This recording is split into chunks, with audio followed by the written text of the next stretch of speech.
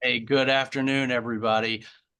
This is David Duncan, and I have the honor and privilege to be the president of the American Battlefield Trust. Thank you all so much for joining us today for a very special Zoom. This one's much different from anything else we've done previously, and one that I'm looking forward to. I've cleared my schedule for the next hour because I think this is going to be a tremendous presentation here.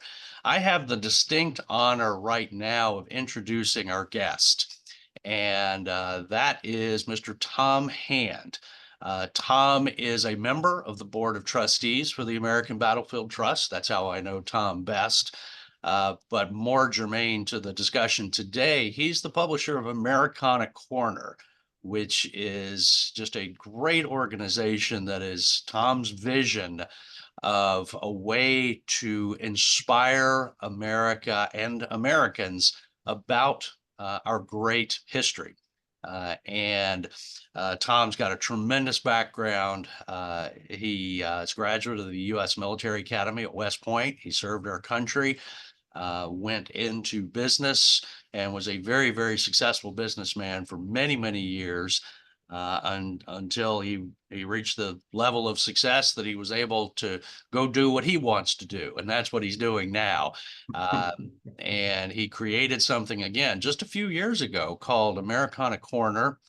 Started off with very illuminating and interesting vignettes, if you will, about American history. He has since grown that into one of the most effective history grant programs in the country.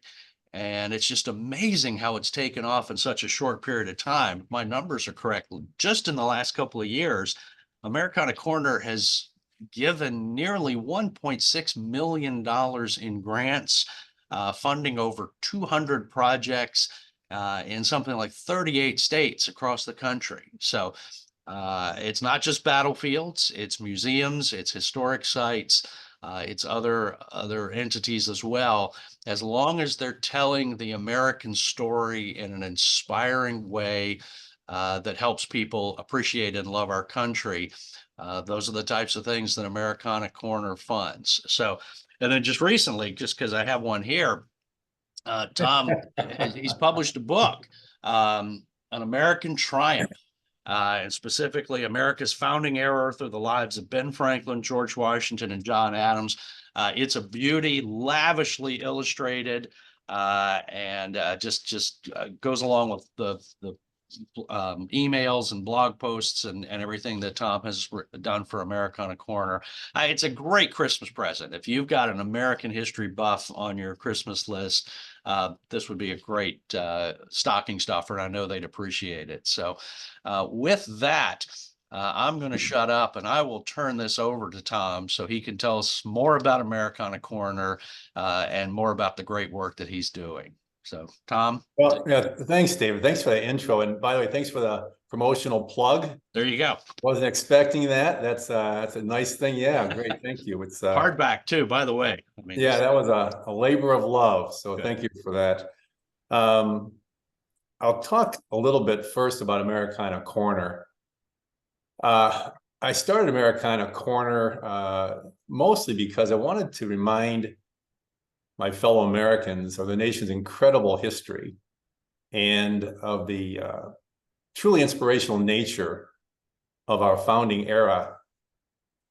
I am concerned that we're starting to lose sight of that. And so I created AmericanaCorner.com and started writing stories on America's first century. And we currently put out a 800-word story every Tuesday, and a corresponding 2.5-minute video every Friday on the same subject matter. But I felt like I could do even more than that to help preserve my nation's history. And so I started this program called the Preserving America Grant Program, in which we give away money to other early American history organizations so they can also tell their part of the great American story. And David mentioned the numbers. It's grown beautifully. I'll be honest, the first year we did this, I didn't know how it would go over. It's gone over very well. I'm very pleased with it. My vision for the program is to preserve the history of my country as much as I can, to the degree that I'm financially able to. I feel an investment in our nation's past is an investment in our nation's future. And so with that, does anybody, David, any questions on that so far before I launch into the program details? Only been doing Zoom for 3 years and forget to turn off mute. The only thing how I would ask Tom, how did you come up with the idea for Americana Corner? Yeah, where did that Honestly, inspiration strike you? I don't want to. Char and I were blessed with financial resources I didn't expect to have. Frankly, I didn't think my cheese company would do as well as it did. So when we had this, we sold to a private equity firm, and we weren't blessed with children, other blessings. And so but I just wanted to do something to help my country. And so I thought, there's only one of me, and I have all these resources, and there's so many people out there that just love this country, but they don't have the money to tell what part they're taking in preserving its history. Mm-hmm. And so I thought, what a great marriage. My money, mine and Char's money, I should say, and their work, and they're the boots on the ground. And I'm just giving them the money. I do the easy part, David. I play Santa Claus each year. I send them some money, and they do all the work, and they've been fantastic. It's been so uplifting to talk to so many Americans that just love this country, because frankly, if you watch mainstream media, maybe you don't get that impression. And anyway, so that's why. Well, that's great, Tom. And you know, again, that's fairly unique, what you're doing. A lot of people, if they do a lot better in their professional lives than they had ever expected to do, generally they think more about themselves than they do about their country generally, or other outward philanthropy. So you're to be commended for doing that. Yeah, thank you. So, and honestly, this is a plug for the Battlefield Trust. I know that most of our listeners are familiar with Battlefield Trust, but I have to tell you, we've given organization grants to 200 organizations, and there are very few that are really in that top tier. And there's two that I just hold above all the others, and Battlefield Trust is one of them. So thank you, Tom. Appreciate that. Lauren, but anyway, yeah. If it's okay with you, David, I'm going to dive into some of the details. Please do. Of the Preserving America Grant Program, and I'm going to mostly read my notes because I want to make sure I get it right, and I'll go slow enough so our listeners can take notes. Can we bring up the first slide? We have that available. There we go. Okay. Any 501c3 focused on pre-1876 America is eligible for a grant, which ranges in value from $5,000 to $10,000. Our goal is to award $1 million in grants each year. The grants are application-based and must be centered on a specific project that is intended to be completed in the year they receive the award. We do not fund general operating expenses. Over time, I've come to realize that my natural preference is for projects that restore or interpret a site. I've also found that the education-related projects that I like best are on-site and school visitation programs, and I especially feel living history projects are impactful for the everyday American. I'm not partial to K through 12 curriculum development, only because so many, like the American Battlefield Trust, are already in that space and doing a great job. Recipients are required to provide 2 progress reports, one roughly 6 months after receiving our check, and again when the project is completed. Recipients are not eligible for a second grant until they fulfill the requirements of the first. In 2024, roughly half of all applicants were awarded grants. However, most recipients received less than the requested amount due to the number of grants we felt compelled to fund. Quite honestly, I'm not Bill Gates, and so we had to kind of judge between giving out more awards with fewer dollars or fewer awards with more dollars, and we opted to help more organizations. The application is relatively short, but we do require a budget for the project so we can better understand how the money will be spent. We also ask for information regarding an organization's digital efforts, such as social media and website followers, and a number of visitors to their site. I ask for this information because I consider my grants an investment in you, and I want to understand your organization's reach. Most organizations have a great story to tell, and I just want to be sure they're trying to get out the word about their site. As an extension of this concept, and I'll just digress briefly here, the concept of increasing the reach of early American history organizations. The Trust and Americana Corner plan to collaborate on an invitation-only conference each August, starting in 2024, to teach groups how to be more effective, and details will be forthcoming in a few months. And with that, David, I'll ask if you have any questions or anything else you want me to cover before I go into some more specific grant things. No, Tom, I think that's pretty clear. Just the meeting that you're talking about for August and the upcoming year, there's still a lot of work still to be done on that, no question about that. So it's in the conceptual stage at the moment right now, but we're very much looking forward to that possibility. Yeah, I am too. I think we can do some good things together, David. Yep. I thought it might be helpful, David, if I went over some examples of some of the grants that we funded in the past. I think people would love to see that. Okay.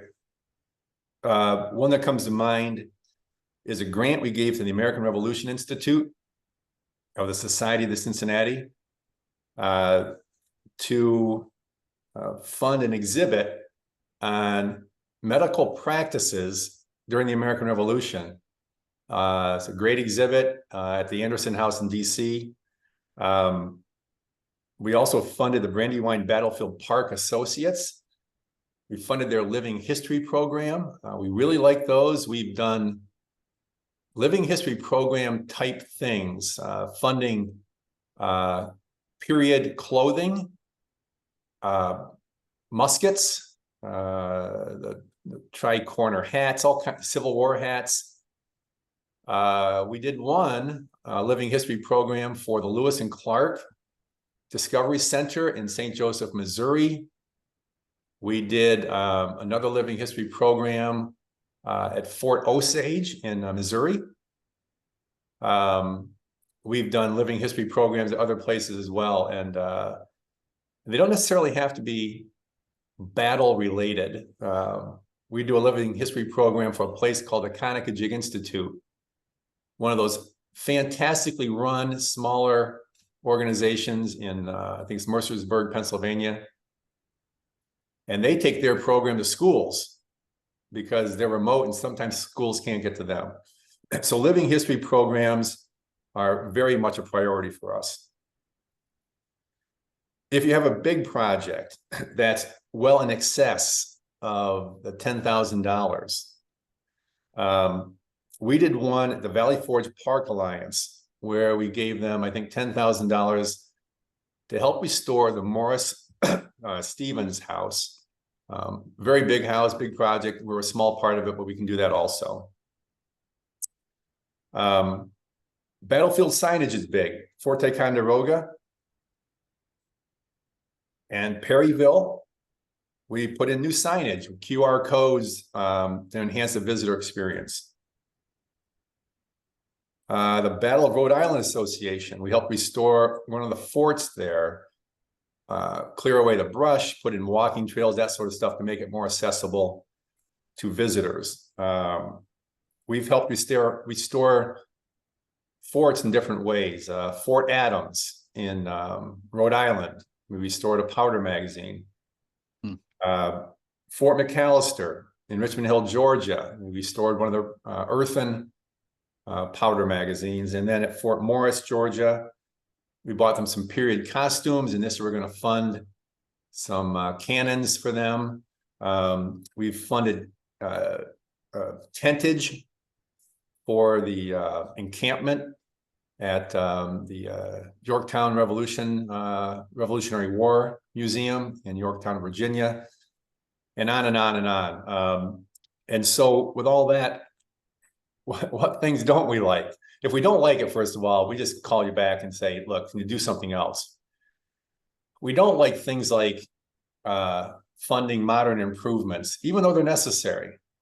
ADA ramps, a new air conditioning system, maybe, I don't know, I'm just trying to, computers for the office. We had one organization that asked for a digital scanner so they could scan historical documents into the archives. It's certainly necessary, but we all have our natural inclinations. And mine is to actually restore the site itself, fixing a roof where Henry Knox spent a night, or that sort of thing, a trail. We helped restore and mark the Washington Trail from 1753 in Western Pennsylvania. We helped restore part of the Santa Fe Trail.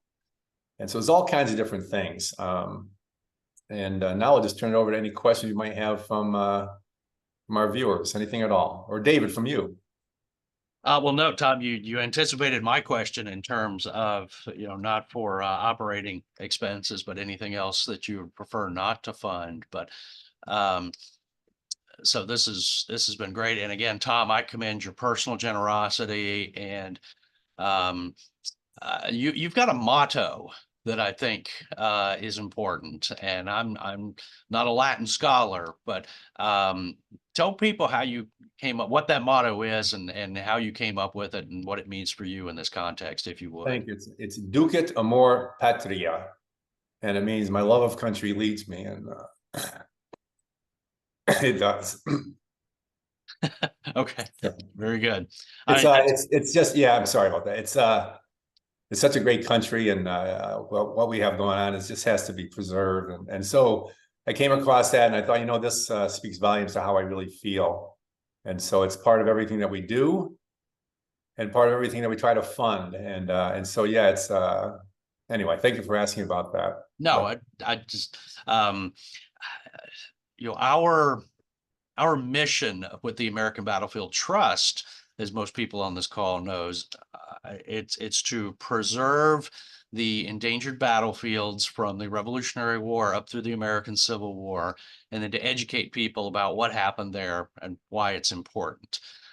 Our larger vision as an organization is very much in alignment with yours at Americana Corner too, Tom, and that is ultimately the reason this organization exists is to inspire people to appreciate America, appreciate its history, and the sacrifices that were made by previous generations to give us the liberty that we enjoy today. We're saving the outdoor classrooms, the actual battlefields themselves, the power of place. I think we all recognize that. Anybody who gets involved with this organization and goes to these battlefields and takes a high quality tour, they feel that power of place. I think what you're doing as well, Tom, is you're giving people that authentic experience that they crave by, seeing a document or seeing a relic or visiting an historic site that, quite candidly could change somebody's life forever. And, you Yep. never know when the history bug is going to hit or bite. And for some people, for me, I think it was probably when my dad took us to Jamestown and Williamsburg when I was about 6 years old. I didn't go to a battlefield until I was in my 20s, but that early historic site made an impression on me. And so, Yeah, I agree. That power of place is you just can't beat it, in my opinion. yeah, Um, and we have to preserve these places. And so, part of the whole idea behind these grants, and the ones that I really like, the ones that get funded, um, are ones that will resonate with the everyday American. Not necessarily the history scholar or the academician. Not that they're not important as well, they are. But I want that guy who visits Gettysburg or visits Perryville to come over and say, "Oh wow, these guys did something special," and so we would fund the restoration of a fort. There's a place called Aspey's Fort in West Virginia, a great bunch of guys, and we're going to help them preserve a bastion and a fort there. It's not authentic. It's not 250 years old, but to the visitor, to the American on which we want to make an impression, they see a beautiful bastion. They see the flag flying. hmm, They understand what's going on. And so we're big into that. And so if any of the people out there want to do a restoration project of basically using modern timbers to make it look like an old site, we're very much in favor of that, and we would fund that sort of thing. okay. And so it's I'm looking at, is there a question here from the chat room? Well, just a quick question. We can jump into those. Mary Coik is online and she's going to moderate those. But a question pops to mind, Tom. How about archaeology at any of these sites? Have you guys ever funded any archaeological digs, or is that something that you would consider? we have, we Okay. gave a grant to Lexington and Concord, Friends of Lexington and Concord, to help along with an archaeological dig before they can go in and do more, I guess, expand the site a little bit. We're looking at doing some stuff with 96. And South Carolina. Yeah. yeah, it's one of those underdeveloped sites. It's a great location. It's near cow pens, Hmm. not too far from Kings Mountain, and so we do those. We've had a request this year for an organization to help. I don't know the proper term. I guess basically dig up, first find some Confederate grave sites and then reinter them. Is that the right term, David? Okay. And I will mention this also. I'm not trying to get political here, but the Daughters of the American Revolution get funded, but so do the United Daughters of the Confederacy. They're a valid early American history organization. We helped to fund the restoration of a burned out library in Richmond, Virginia for the United Daughters of the Confederacy, and two small battlefields where they preserve the memory of the Confederacy. And as I said, I'm not getting political here, but it's history and we have to preserve that as well. Okay, very good. Before we jump into the questions, Tom, I'm just going to hold up your book one more time. Where can people get this if they want to buy it for Christmas? We have signed copies available on our website, americanacorner.com, and then Amazon. Who doesn't sell stuff on Bezos' site? Exactly. So we're over there too. And I will say this, it's cheaper. I'm not supposed to say this, but it's cheaper on Amazon. It's $35 on Amazon, unsigned. unsigned, but It's $42 delivered with a signature from me if it's worth $7. So there you go. and you're plowing the proceeds. I hope I'm not putting you on the hook here, but you're plowing the proceeds from the sale of the book back into the grant program. Every penny, every Yeah. single penny goes back to the book, back to fund these grants. Exactly. Great. Okay. Well, good. Mary, I'm not following the chat. Absolutely. I'm happy Q&A, to but have, got a couple of questions. That'd be great. we We do. We have some that came in during Tom's presentation and a few that were pre-submitted.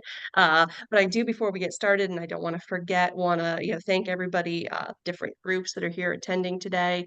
We've got some friends from the Central Virginia Battlefields Trust, the Safe Historic Antietam Foundation, which is represented by our chairwoman of the board, Mary Abro, today on the line. So Mary, thank you Yeah. for calling in. Thanks for being on, The Mary.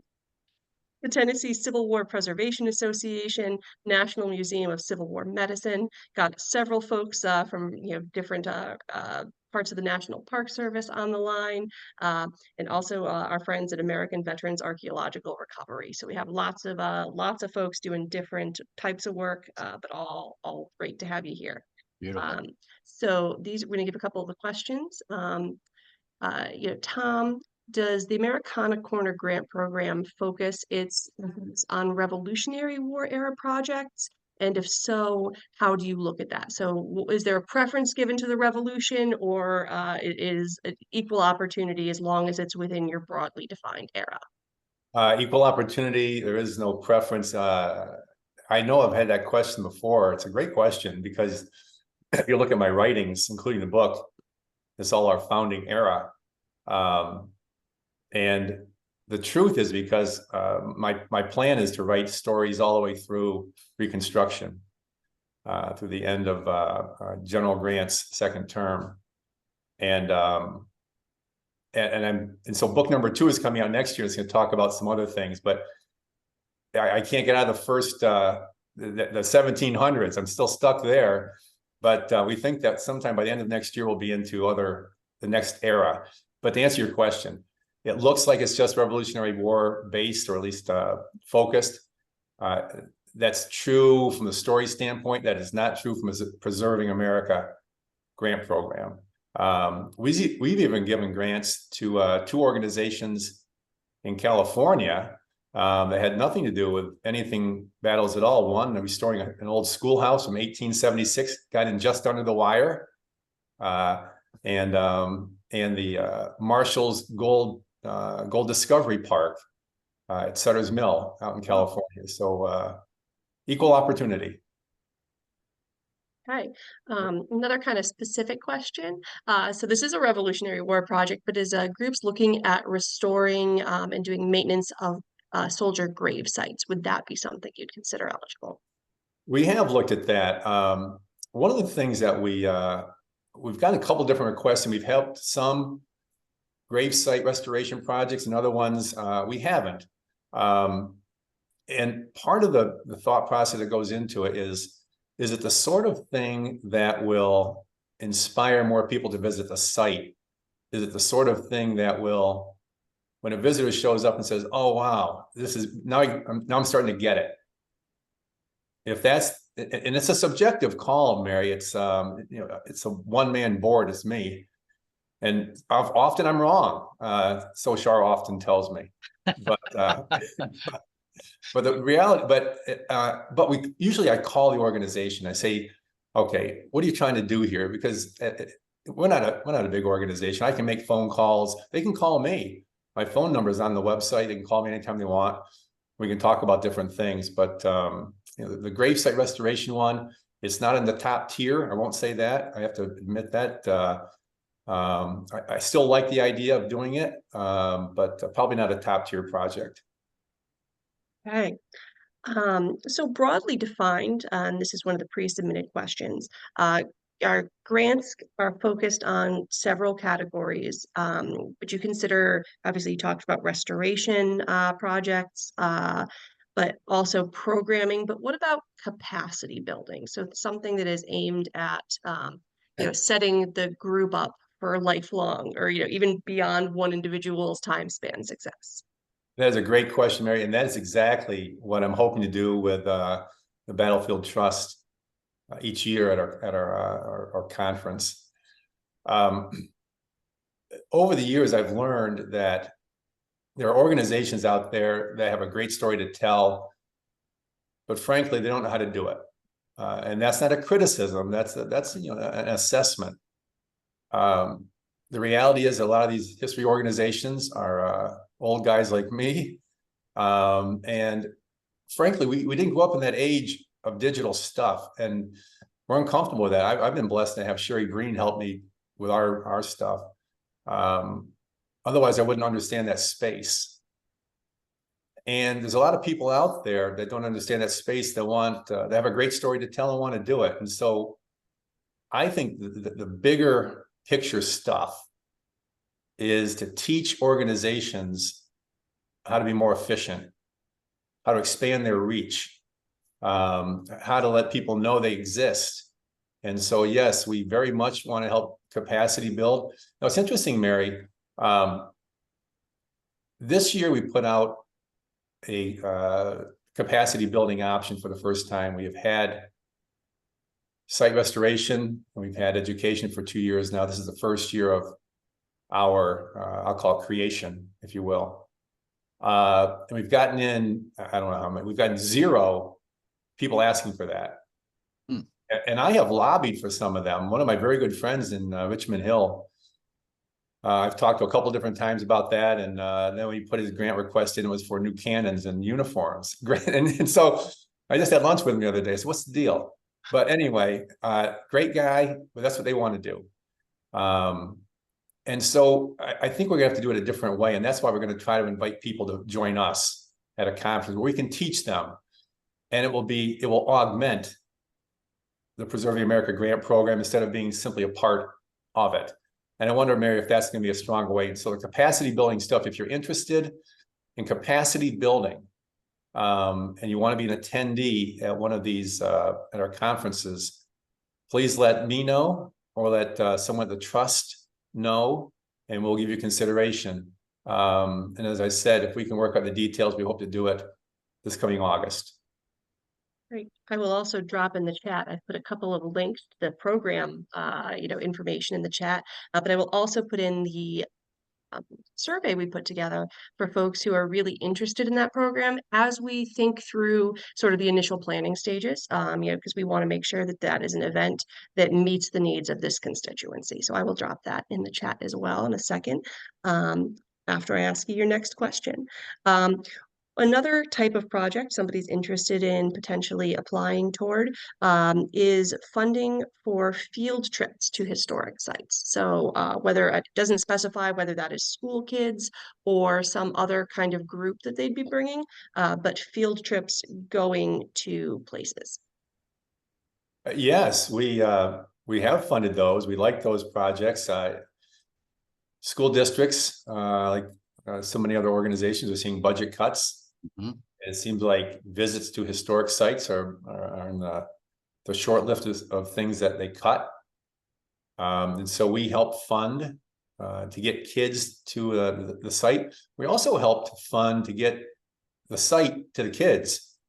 And so we will offset the cost of John Doe driving to a school in his period outfit. I'm not talking about dressing up in a sports car. He's got to go kind of authentic and play the bit. He's got to have the artifacts and so forth, but taking the message to the school, if that's how it has to happen, that's better than not getting the message out at all. And so we fund that. I won't give away too much stuff, but one of the larger organizations in the country, we're doing a big ticket thing with them this year, and in Virginia, and we're going to get not just school kids to the site, but community members that can't afford to go, that can't afford to pay. Somebody's, say $20 or $30 to get into a museum, or in this case, a historic site. They could drive there, but when it's free, they get long lines. When it's not free, not so much, but $30 goes a long way towards buying a bag of groceries. And so they make the choice. And so we want to get more than just school kids involved. And, if we can get parents excited, they can also teach it in their homes. And so we're going to start looking at that program also. It's kind of a community outreach thing. It's very much in its developmental stage, but that's coming in a test mode in 2024 to one of the larger organizations there. Very, very cool. Right. Another question here we got is from someone wondering, are you willing to consider multi-year, multi-phase projects as long as each year's goals are met? And how would we begin the application process for that? That is a great question, and I don't have a great answer. You're Here's only on year 3, so you're starting Yeah. year well, 3, so here's the problem setting a though. precedent. Yeah, I'm a big believer in holding people accountable. And so if we make a multi-year, and I'm also a big person believing that if I say I'm going to do something, I do it. And so if I say yes for a 3-year gift and then they don't perform in year 1, well, then you're in a quandary. Which principle do you violate? The pledge to give them money, Mm-hmm. or just not worry about them performing? And so what I've said to this, I've been asked this before. What we do is this. I say that we'll do it 1 year at a time, guaranteed, if we approve the project. You can apply for a second year. And as long as you perform in year 1, we'll give you money for year 2.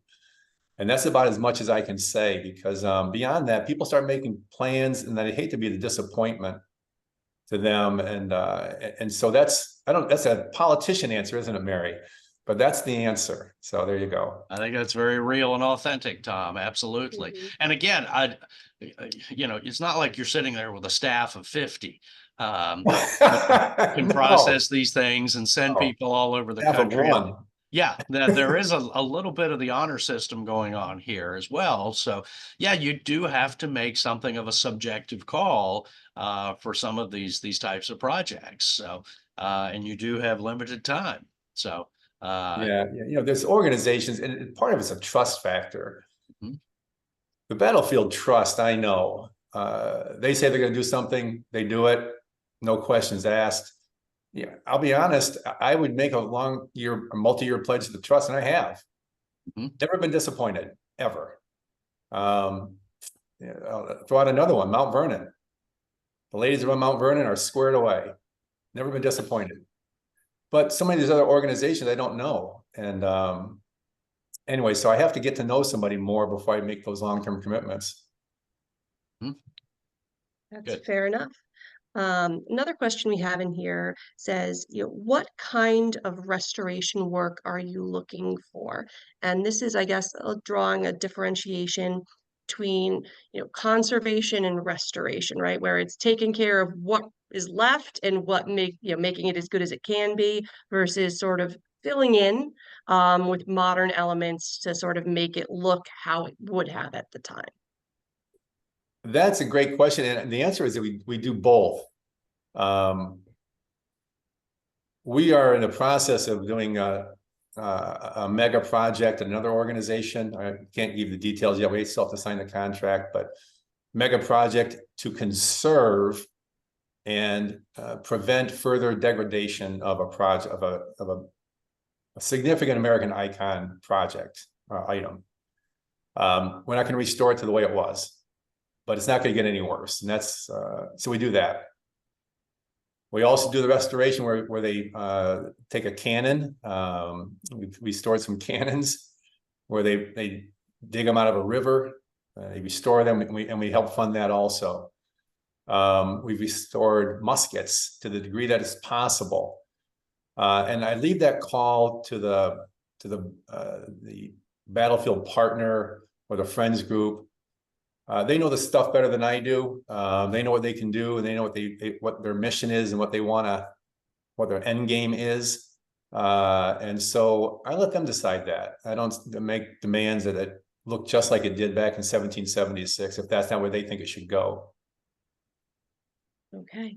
And there's a couple of folks. I can't tell if you've clicked a button accidentally, but are trying to raise their hands. And just in a group of this size, it works better if you drop your questions into the Q&A, and then we can make sure everybody gets to hear them effectively. So here's a couple others that have been submitted live during the chat here, and some of them coming in, going off as you're talking.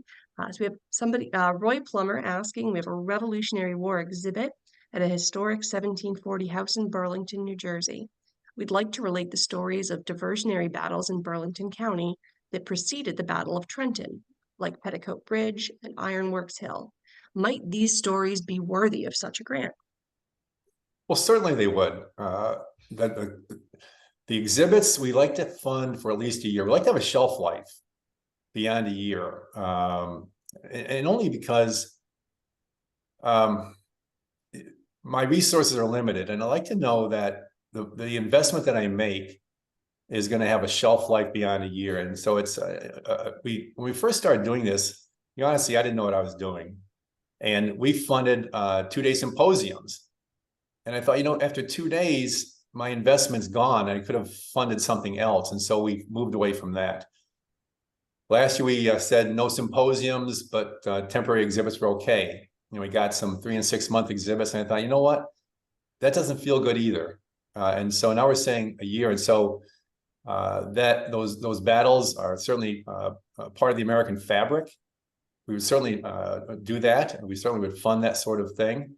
All we would ask is that whatever story they're telling, they feel that is strong enough to last more than a year. It doesn't have to be a permanent exhibit. It doesn't have to be a 5-year or 10-year exhibit. But if they feel strongly enough about it to tell that story of our past, I would just ask that it's strong enough to stay up in front of people for more than a year. That's all. Does that sound fair? Does to me, Tom. It does to me. Absolutely. All right, going off of that a little bit, Lori Townsend is asking, spoke a little bit about a physical exhibit there, but would you fund digital projects telling these stories? We would. It's interesting. We all have our natural biases, and my bias is not in digital stories, and yet that's the great reach. You can reach all kinds of people. And so I have to talk myself off that cliff of saying we're not going to fund them because they're important. It might take a bit more salesmanship on the part of the organization to convince me that that's what we want to do. But I'm open to that. I'm very much open to that. I would have to see, and I've asked this of other organizations in the past, I have to understand their reach. Who's going to see it? How many people will touch it? There are very few Battlefield Trust organizations that have Larry Swader that get millions of views. I mean, that's unusual. If they have a digital exhibit and they don't do much with social media for whatever reason, and a video is going to be seen by 150 people, it's not enough. It's not a great investment. We still need return on investment. But if an organization is small-ish and they want to do digital and they're willing to grow their reach, if they're willing to expand what they're doing and learn how to become better known, then I would say yes, definitely. Okay, great.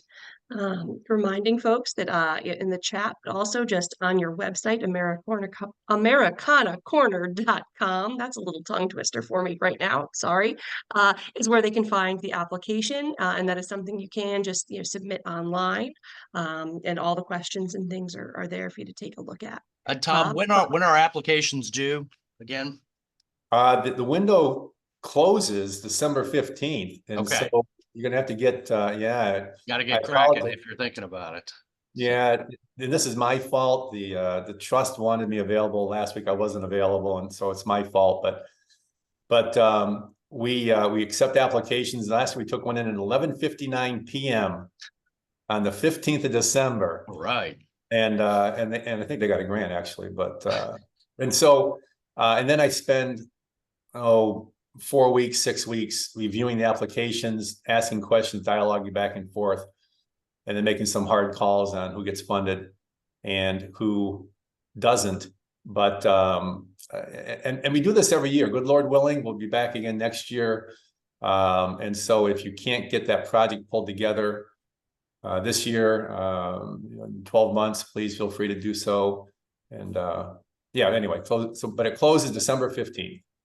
Right. And they're announced every year on Washington's birthday, February 22nd. Oh. And what a more appropriate day, right? Yeah. Well, I was going to call an audible and ask my own question, but you just answered it. So there you go. When can folks expect to hear on Washington's birthday? All right. Yeah, and one last thing So I'll mention about the funding part of it. It's not like all the checks go out on the 22nd. Some people, like if someone, the Maurice Stevens house, for instance, that's I think a $850,000 project, and we gave them I think $10,000. So we're just a tiny part of what they're doing, and so we required of them to show us that they had funding to fund the project, rather than give them $10,000 and sits in their checking account while they're trying to raise additional funds. And so if you have a fairly big project, we will ask you, how do you plan to fill the gap between our grant and your total budget? And we're not trying to be nosy, but we just need to know that you can get there. And some people, frankly, can't. And so we put that money, hold it in abeyance until they're ready to go. We've issued checks as late as July when they finally get it organized. And we don't ask for notarized documents proving that you have it. We just ask for your word, and you say you got it, good enough for us, we send it out. You know, if it doesn't happen, well, it just means that the next year you don't get a grant. But we never claw back money ever. We don't do that. We have asked one site in the past to remove all reference to Americana Corner from the website when they did something we didn't care for, and I won't go into details, but once again, we let them keep the money. We just said, don't correlate us with that project. And so, yeah. Okay. Mike Penfold asked, again, a little bit related, does the presence of matching money help raise a project in your estimation as you consider the collection of what you received? Well, it does in a way, because it tells me they're trying harder. You know, if it's just one application to Americana Corner, and that's and they're not really working hard with their own staff to do some part of the funding, seeking other grants in case we can't come through. It tells me the seriousness of the organization a little bit, not completely, but, and so yeah, we like to see the grant opportunities come along. It's not critical, it's certainly not required, but in that camp of pros and cons, it always is a pro in my mind. I think we have time. We're getting close to the end, so maybe about two more questions we're going to do. And one of them is, you talked a little bit about archaeological projects, and that you've, given toward the actual excavation process. Here's a question. Would you consider partially funding an archaeological survey to define the extent of an enslaved community cemetery? The bulk of the grant ask would be to install interpretive signage to explain the history of the existing burial ground, plus the newly discovered unmarked enslaved section. Yeah, I'm not sure. The survey, is that, I guess they have to know more detail around the survey. Are they trying to do like find graves? Is that what they're trying to do? Yeah, so I think a survey being more the figuring out the parameters of where an area would be versus the actual going into the ground and removing any artifacts. Yeah, it sounds along the lines of like a planning grant, where we have looked at planning grants. They're not our first, it's not a top tier project. No, I won't say we won't do it. I've been in business too long to say no, refuse to do it and draw a line in the sand, because that line changes every once in a while. And so, but it's not a top tier project. I'm just gonna leave it that way. Yeah, it seems like more details needed than I can give you over this, certainly, to figure out what's going on. But the last question I have is here from Luke Burton. And David, I think this may have something you have to say on this as well. He wants to know, what sort of advice would you provide someone who's green to this work and would be looking to start an organization in support of the type of vision shared by the Trust and by Americana Corner? That is to preserve outdoor classrooms and inspire for future generations to learn understand and appreciate this history. And I promise I did not plant this question. Yeah. I'm going to defer to David. David is the expert in that space. So David, why don't you talk on that? Well, I don't know about that, but thank you, Tom. Um, you know, it's a challenge to start an organization. Um, the current iteration of the American Battlefield Trust started in 1987. There was one Civil War battlefield preservation organization, and then the early 90s, there was a second one. And they spent most of the decade of the 90s competing with each other.